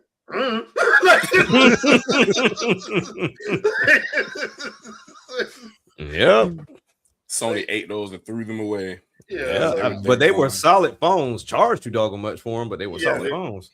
yeah. But that was the time though. That was the Palm Pilot time where everybody wanted a phone that would do business and they were charging business prices. They were. So- Yeah. And then the iPhone emerged and everything kind of changed. Yep. iPhone, and what was Google's first one? The G1? Google the G phone, the G1. Yeah, the G1. That was the very first one. the The G1, T-Mobile yep. phone. That was Yeah. my joint right there, boy. You With get the them trackball. numbers, you won. Yep. Oh, boy, that was good times. But Oh, man. all right, so before we get out of here, I did want to ask y'all because Mortal Kombat 2 did release in theaters. I refuse to watch this movie in theaters. I just refuse. After the first one, I didn't even know it was out. Like ain't going. I saw somebody They were post like, man, I went to go advertising see the MK2. I mean, the Mortal Kombat movie. I'm like, it came out. Like, Yeah. oh, I must have missed that one. So, But okay. Yeah, so I'll watch it when it hit HBO Max. Anyway, Yeah. I wanted to ask you guys because they did have somebody did an interview with Ed Boon and he was talking about a new Mortal Kombat game. So I want to ask you guys, what is your favorite Mortal Kombat game, and what would you like to see in a new game if they were to? Well, they're gonna make one, even though Mortal Kombat 1 had its issues. And that's I ain't even talking about the Switch. I'm talking about across the board. Yeah. So For the chat. Why do you have that, sir? Hey, look, man. Everything old. I'm telling you, it was just a time. I don't know. Yeah. You know, some eccentric billionaire gonna buy it off him for $3.5 million. Me personally, my favorite Mortal Kombat game is Deadly Alliance. Really? Yes. Yeah, Deadly I don't hear Alliance. that often. Damn, like because that's when they first did the three different styles for each character. Yep. They had 2 styles and a weapon style. And then the only thing I didn't like about that game was their version of Soul Calibur 2's quest thing. Their version was stupid. That thing when they tried to make you do every messed up and ridiculous combo they had that took forever to do on a console on a regular controller instead of like a fight stick because you didn't have one, and they still want you to do that. Like I hated that. But the game itself, though, I thought it was. I still think it's better than the majority of the ones they came out with, in my opinion. So that's like my favorite. So Andre, what about you? What's your favorite MK game? To be honest, for me, I think it was Ultimate Mortal Kombat 3 was my favorite. Yep. There you go. You stole my. Well, no, not mine. Never mind. I was thinking of something different. Never mind. It's just because that was just a better version of 3, and I really liked 3. Mm-hmm. I don't know. So when I got to play that, I just enjoyed that more. I mean, I did play Mortal Kombat 4 on 64, but it wasn't good. And then Mortal Kombat Gold was just 4 for Dreamcast, so I didn't. Yeah, that's all it was. That's really all it was. But Ultimate Mortal Kombat 3 was the one I really liked. All right, Jack, what about you? So mine is kind of similar to Andre's, because mine was Mortal Kombat Trilogy. Yeah, it was that's also a good pick. Yeah, because it was like a culmination of them all. I remember when my uncle went and got it. He got it for the PlayStation, and I was like, "What in the world is Mortal Kombat Trilogy?" And it was just like the culmination of everything. And I was like, "Oh, okay." I was like, "I like this." Yep. I was like, "That's fantastic. I love it." Like, and that one's always stuck with me. Like I said, I liked 10. I guess you could say 9. It would be the proper title, but 9 was cool. Because I love when they start going into the story modes of it, making you play as other characters. Because most people try to find their main and they stick with their main and they don't differ or go anywhere else. But then when you go through the story modes, you're forced to use them, and then you start realizing, like, wait a minute, okay, I kind of like your moveset. I kind of like how you operate. So then you kind of create new mains. Because for me, I stayed on Cabal for forever. Ever since I went, like, Cabal was my guy. But that was after coming from 2, where Katana was always my go-to. So I had Katana, but then when Cabal popped up on 3, I was like, yeah. It's a wrap. It's a like wrap. doing that freaking run and make people spin. Yeah. And then go and do the couple of like, and then do the little ball. Like, yeah, that was my dude. But yeah, definitely has to be Mortal Kombat Trilogy for sure. Okay. All right, Shadow. Well, it's tough for me because I played Mortal Kombat 2 in tournaments, so I knew the tier list. So I played with just about everybody. Melina was insane. She's like top tier of them all. It's insanely hard to play against. Guys, hold on 1 second. Hi, Vicky. Yo, Debo. Hi, Vicky. How are you? All right, continue. But yeah, two was it's tough because I liked playing with Katana in 2 and 3, and playing face up Zero was kind of sick too because he had some sick combos there. But I'm inching really close to saying my favorite probably from story, playability, and replayability might be 11. 11 is good. 11 is my second. Is my second. I heard that DLC was crazy. I just never played it. Yeah, DLC was on the chain. They did. I think actually they had it the game and DLC on the Switch several times for like $10. Yeah, they did. threw it on sale a bunch of times. Yeah, they did. Yeah. 5 is my favorite, but 11 is a close second, just because like I love what they did with that story. And then that the DLC was just like, all right, dude, this is tight. Yeah, this is actually tight. It kept me off of 1, to be honest with you. Mortal Kombat 1. Don't even get me started on 1. But so if they were to make a new game, what would be? I know, Andre, I think me and you had talked about this earlier about just killing the whole guest character mess. Unless you're gonna, unless you're gonna have like a theme, just squash it. So so what else would you like to see if they were to go, like, just moving ahead from Mortal Kombat 1? I'm guessing they'll probably go with a 2. So Mortal Kombat 2 basically was a soft reboot, essentially, of the series. So what would you think? How would you go about doing it? Because if I'm not mistaken, Shao Kahn is alive at the end of MK1. I don't. Man, or you could bring back Naga, because that's a good villain they could bring back. But I was wondering, so she didn't kill him after he betrayed her. Okay. She didn't kill him. I was wondering, okay. I was actually thinking, since they kind of leaned into the idea of the multiverse of characters for the next game, start reaching back into the supposed dead timeline and pull characters forward, so that old versions of the characters can meet the updated versions of them. Like, since they're already doing timeline jumping anyway, they really might as well just go ahead and do something like that. Just for the love of everything holy, please do not bring back Zombie Liu Kang. Do not bring back Zombie Liu Kang. If he shows up, make his appearance be a cameo where he gets blown up and we don't see him again. Yeah, that was wow. That's harsh. I mean, because they should have never did it. It was a pointless thing. Yeah, it really was. Killed the character off to bring him back. Now, if he blows up and he's a god, he's just gonna come back as meat It'll just be that character. I'm about to say, if that character was so stupid. Like, I get it being playful, but meat, really? Yeah. Meat. But I would like because I'm just saying do that because there are multiple versions of different characters from the older games that just never came back. Like the original version of Reptile, we've never seen him again. The one that did Scorpion and Sub-Zero's moves. I would like that version of that character to come back because it's not the same as the one we got now. Yeah. He's very different. And like Sprite had mentioned in chat, Human and Robo Smoke. They haven't really returned much. So bring them back. They were just in Ultimate But it's 3. just like other versions of the characters that people haven't had a chance to really play. Like really dive into those versions of the characters and give them an expanded history. Since a lot of them haven't really been a part of the story-based games. Gotcha. Okay. Me personally, tone down the character list, like no more than 20. No more than 20 characters. They've done such a good job on the story mode. Just keep what you're doing with the story mode. Yeah. Keep what you're doing with story mode. Now, as far as keep your classic ladder mode, and I would probably say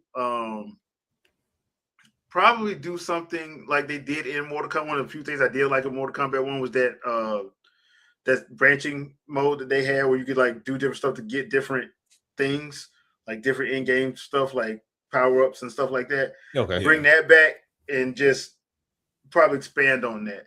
But I'm kind of getting tired of fighting games having above 50 characters. Like, bro, come all right, dude. Look, outside of Smash Bros. Ultimate, the last game to actually do it right was Capcom, Marvel vs. Capcom 2. Yep. That was the last one to do it right. But that was 64 characters, right? Yeah. It was 64, I think? No, it was more than that. It was more than that. It was more than 64? It was like 56. It had to be. No, it was 56 characters. You sure? Because I remember Apocalypse and somebody else being in there. It was 56 characters. They were just swapped, I think. Because like you had Bone and that's 56 characters. Okay. Yeah. Well, but them in Ultimate, Smash Bros. Ultimate was the only ones to get it right, and that's because Sakurai's a madman. But but like the whole thing was like, can we go back to like 10 to 20 characters and just cap it at that and just go from there as far as like because to me, if you do that, then we can actually focus on their strengths and weaknesses and what their abilities are and stuff like that. Plus, so I mean, it's stuff like that. I mean, that's what I would like to see if they going forward. That and the fact that if you're not gonna have a theme around your guest characters, don't have them in there. Don't just be plucking random ones because I'm still tripping off of. They had the perfect chance to put Shona from from the Last Dragon in there, and they didn't do it. That should have happened. They should have had Shona. I mean, you had the Terminator in there. You had Terminator. You had Rambo. You had Homelander, Conan. I'm like, you couldn't put Shona in there. Yeah, the Shogun of Harlem with the ridiculous clothing sets. I mean, at this point, they effectively made Injustice. At this point, pretty much, they using the same engine, but yeah. So, but yeah, that's what I would think. At least what I would like to see. Shadow, what about you? For me, I think it would be more of other people mentioned like the old characters meeting themselves or being able to pick some of the older ones and whatnot. I do think the character roster needs to be shorter though. I don't think there should be more than 16 on the main page there. Obviously you can unlock a few or whatever. But I think the mystery needs to come back. I think you need to be able to play this game and play through it and end up fighting a character that you can't unlock. And you're like, what in the hell is that? And then you come across and not an unplayable character like Motero, and then you have a code and you play with them and it's trash. Yeah. It's got to be like an actual character that looks like they're playable, and you're like, where does this guy come from or whatever? Or bring back or come up with brand new versions of the ninjas and keep the meme going. Like call one, I don't know, you can call one Mist or whatever. Just come up with all the elements or whatever, right? and go from there. You're like, hey, or what was bring Chameleon back, and Chameleon apparently is I don't know, I guess non-binary, because there's a male and a female version. If you got the PlayStation version, or if you got the N64 version, you got male or female. So which didn't make sense, but yeah, whatever. Did not make sense. So those different things, I guess you can start bringing some of those characters back or whatever, and then I guess continue to focus on the beef with Shao Kahn and how they're doing the whole time thing. Because I don't know if I think they're trying to touch on the fact that all of them know how Chronica is manipulating time, and they're all trying to use it for their own advantage. So I guess kind of deal with that a little bit. I don't know what else you could really do with the story, like, because everything that can be done that's insane is already happening. So yeah, I don't know, just have buildings flip upside down and stuff in the background while you're fighting. That's the only thing I can think of at this point. Like, literally have the apocalypse or whatever of Shao Kahn taking over Earth happening in the background while you're fighting. I'm talking about like Soft Rebooter 2 when he actually just like he won. Like he wasn't supposed. No, he wasn't supposed to. Yeah, he just showed up and did it. Yeah, he cheated. Mm-hmm. He showed up and did it. Yeah, so that would be interesting actually if they were to go that route and just have with Liu Kang, like, how the hell did you do that? And that way you can So that could make sense. All right, Jack, what about you? So mine is pretty interesting because, like I said, out of all fighting games, even though I'm not good at any of them, out of all fighting games, Mortal Kombat is at the top of my list. The only thing that's closer to it is Tekken for me.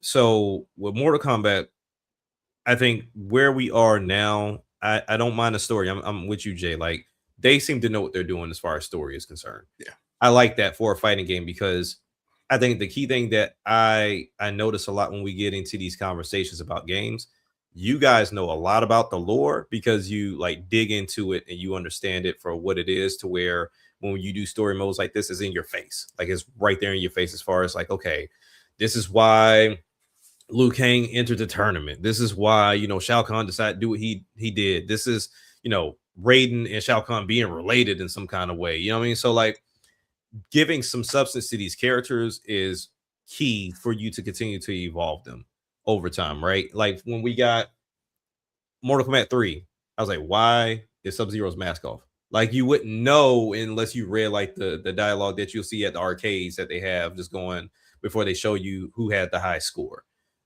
whenever it came around. But I think they can lean more into that as far as story is concerned and really do hit that reboot, because right now where they are with one, I can only see that going downhill. Like with Liu Kang being God at this point, and you know, people trying to alter time, and when you start getting into time, that's when you're gonna start losing people, because that can go in 1,000 different ways. That's where Dragon Ball Super is about to get in trouble real fast. They keep playing with this time thing. So I would say step away from that. Even if we have to reboot from the beginning, like let's get to a decent amount of fighters. And then even in the sense of, I would say like Pokemon, if I'm going to make another one, hey, some from the old cast will come, but not everybody, because I think everybody gets into this nature of like, well, everybody needs to be there. And that's when you start adding way too many characters. Way too many.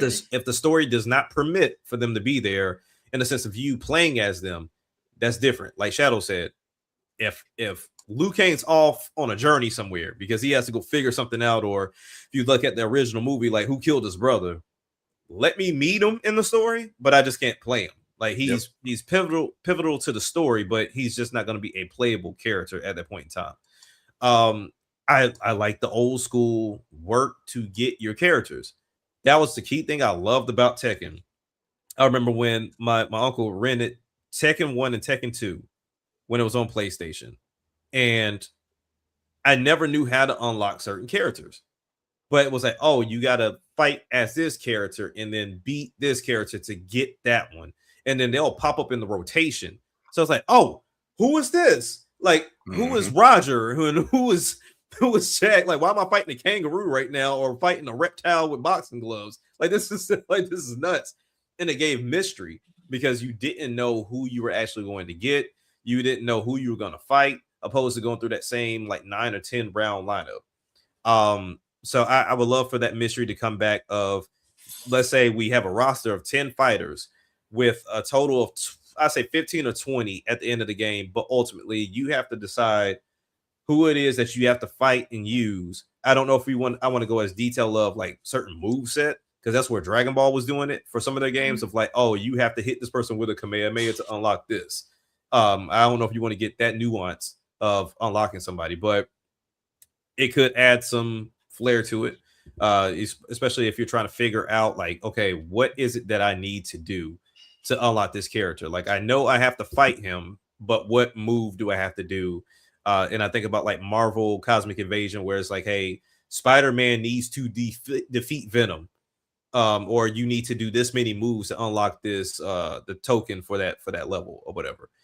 So I like that idea. I would say rotations as far as like versus like 1-on-1s versus 2-on-2. I don't know how I feel about 3-on-3. I think the roster has to get pretty big for you to do 3-on-3 without it feeling like everybody's using the same characters. That's why I like Marvel vs. Capcom 2. Like, yeah, they have 50 plus characters, but 3-on-3, that combination can be like, if you find your right combination, you're unstoppable, right? Like if you get Cable and then partner him with with Wolverine and then partner him with somebody else, like you can do a nasty combo and then go into everybody's ultimates. And I think I like that aspect of it too. So changing that out. And then I would say like the one final thing, and this is more of me just kind of being bothered by this with most games, especially with Mortal Kombat, to where they had like the X-rays. I know this is a video game, so don't kill me. I know it's a video game, but it never made sense for me to watch me break somebody's jaw and then rip their spine and then they get back up. Yeah, that's But Mortal Kombat is exaggerated like that though. So it's just exaggerated. That's like why blood like, flies everywhere, and I'm like, he should have been dead before he hit the ground. But that's Right. my whole thing with the X-ray stuff is that's what they should like. Once you hit somebody with an X-ray move, they should. It should be it. Like yeah, that should be it. Because I think that should have been on the same scale as brutality, Yeah. fatalities, and babalities. Like the X-ray should have been there to where it's like, okay, now we're getting really detailed in how you did this move.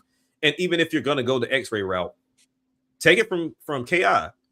Let the X-rays just be the ones where it's a because I think this was what the brutalities were, but mirror the brutalities and X-rays to where I can see these attacks happening, but it's just a crazy combo that's happening at one time. So like, bam, bam, bam, and just keep speeding it up and just making it go faster. So now it looks brutal.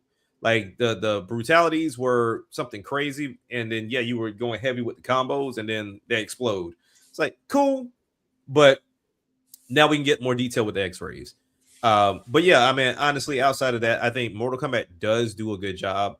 I think the fighting genre in itself does have a hard time keeping its longevity, staying evergreen, unless you are competitive in a nature where you go online and you constantly play, or if you want to master a certain character to where you like want to learn their move sets, learn those combos.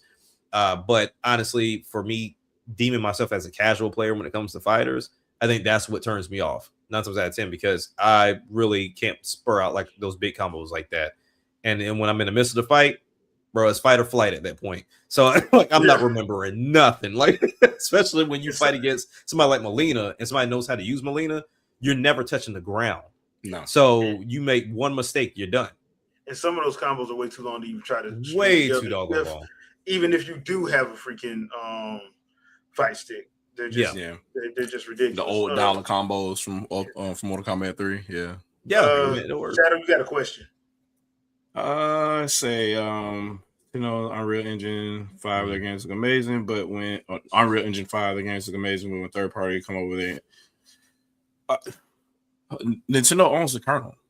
Number one, if they had issues, say they weren't as talented as third parties were with Unreal Engine or insert engine here or whatever, right? They own the kernel and they can add and inject whatever they want to, because they don't have to use the SDK to make their games. So if it came down to it, they can write to the metal, if you will, to build their games. Like it's almost not a thing anymore because Nintendo owns the hypervisor, so you have to build your game inside of it. Because even the developers are users at this point. They build their game for a container that Nintendo provides, and then that gives you the game that you end up playing. So and then of course, like Unreal Engine 5 isn't exactly great everywhere anyway. But That's why a lot of people going back to 3 and 4. Yeah, and Nintendo also does this thing where they budget, and I had a long conversation about this on YouTube and on Twitter about this. Like, they're old school game developers with regard to both 2D and 3D game design. They know how the renderer processes each scene by frame, so it knows how to budget memory based on that. It doesn't just say, hey, look at this cool scene I built, and then lets the engine try to figure out what happens in between. They budget the game and the memory space based on what happens per frame. They don't care about, ooh, I got so many FPS here. No, how do we fit all of this frame in this memory space every time so we never have the frame rate issues to begin with? Yeah. So that way, when they do their testing or whatever, if they end up having frame rate issues later on, it'll be something based on the CPU side or anything like that, kind of like the Breath of the Wild and other games like that. That'll be the issues that you'll end up having from a Nintendo developed game. It will probably always be either memory or CPU bound. The GPU bound is just not a thing for them. They know how to budget that. So, and also, they know not to bloat their games too. They're not going to make 9,000 different variants of grass if you're not going to sit there and stare at the grass. They don't even do that for Pikmin, which you're literally going to see grass all the time. They still reuse assets because why make brand new ones? What's the point of that? Like you're not going to interact with it like that. So there's no point. Even in games you do interact with it, like Zelda or whatever, it's still a copy. And it still feels the same way. It feels like you're going through grass and you can cut it and all the other kind of stuff. So why send a team to Africa to go photo blades of grass and then put them in Photoshop and then have this large asset being? There's zero reason for that. Zero. You just want $1 billion budget for a game when you don't have to. That's part of the problem. I've never been to Zimbabwe, so I would like to go. Well, buy a plane ticket. You want to be part of the team? I want to be part of the team. So $1 billion budget. Well, they're bringing Halo back to Earth, so you can look. I got several cameras. I could go take pictures all they want. Right. Yeah, but can you go to the Serengeti planet? Yeah, I'll find a way if you're gonna pay for it. They ain't paying for it. The company paying for it. I ain't paying for it. If I had to go myself, I'd be at home. I'd go outside. Just look up some pictures. I go outside. I just go outside and get on the grass, just like, oh, good to go. So, yeah. I'll say this though, while we still on the fighting game topic or whatever. He said something about Killing Bean or whatever, but I've noticed how really hard it is to make a 3D fighting game. I don't know if y'all noticed, but like pretty much the only one that's pure 3D that's around still is Virtua Fighter. Like even Tekken, at one point they were trying to make it 3D with Tekken 1 and some of Tekken 2, but it largely ended up just being a 2D fighter. Yeah, it didn't work. So even though the models are 3D, the fighting is on a 2D plane. Because Virtua Fighter is Virtua Fighter is the only one. Now I think about it. It's really just VF, because even Dead or Alive, like a little bit kind of, but the majority of the fighting is on a 2D plane too.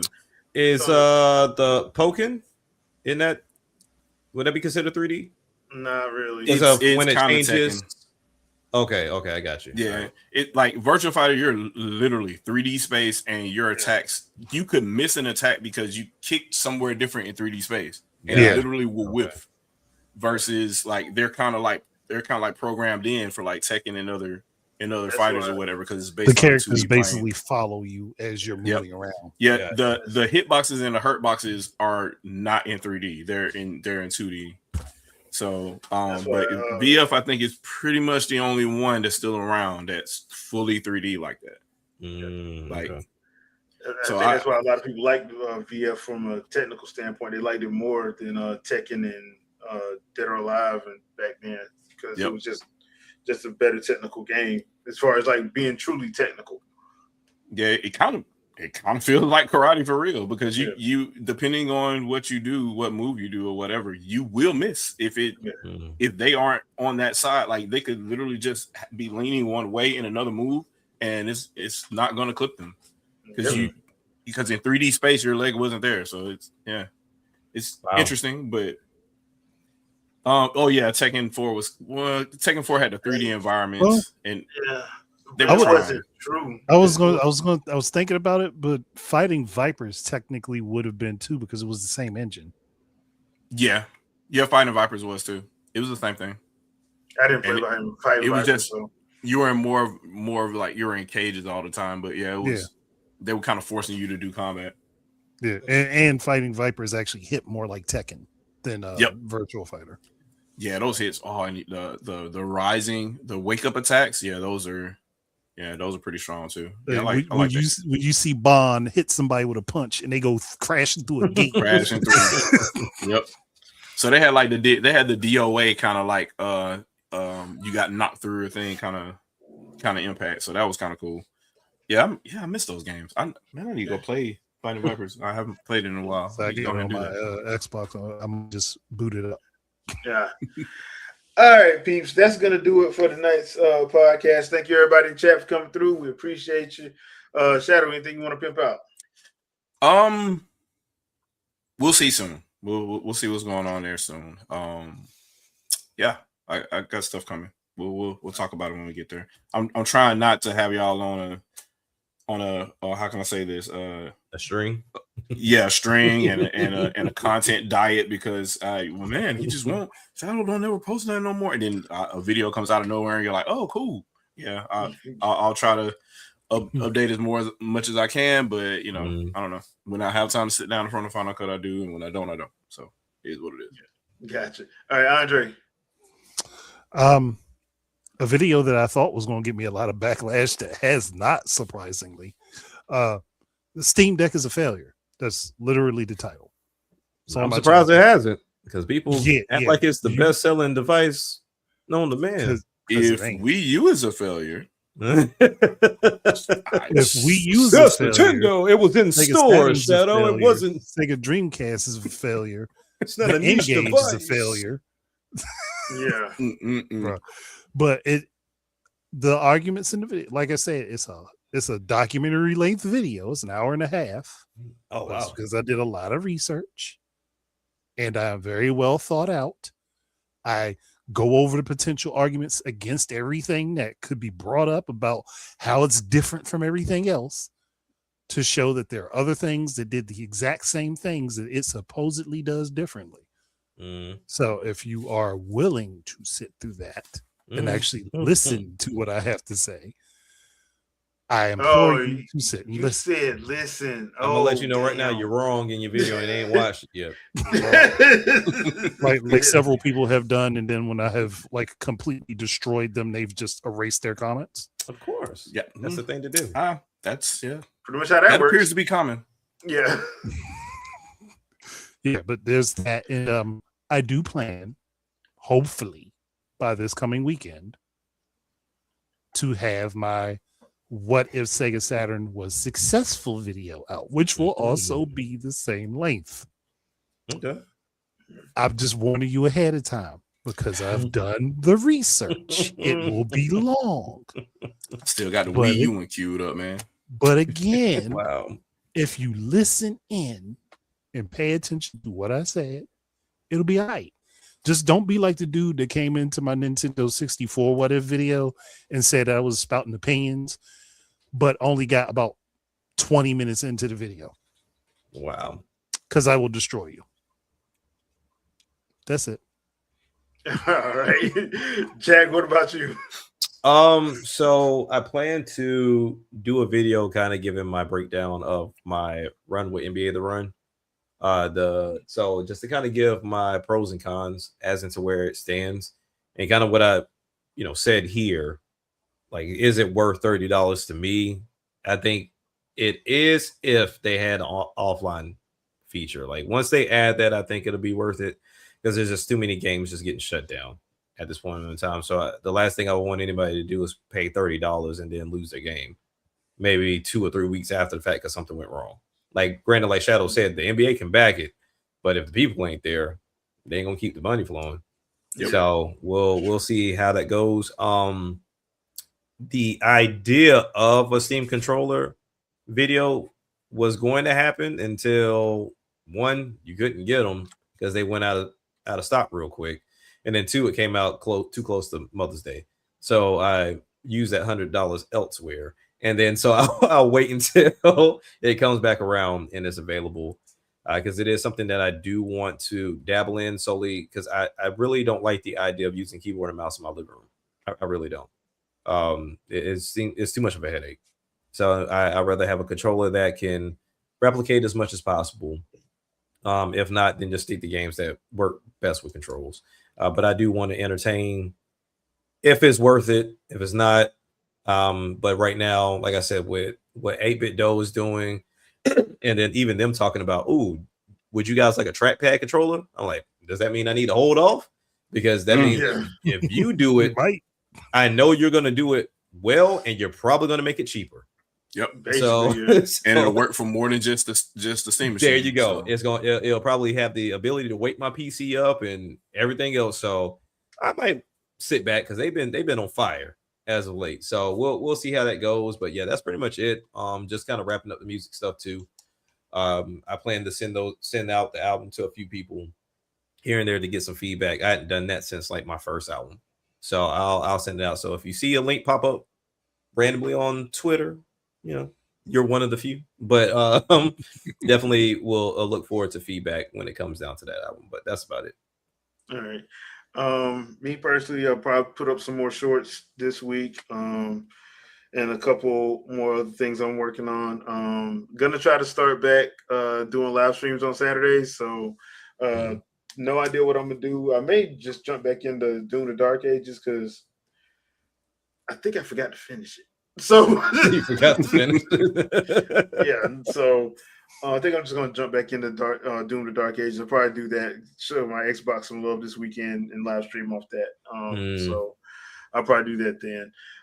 But other than that, that's pretty much all I got. So we'll see you guys next Sunday, 7 p.m. Eastern Standard Time. So y'all have a good evening. Thanks for coming through. Peace out, people. Peace. Peace. Whatever's clever.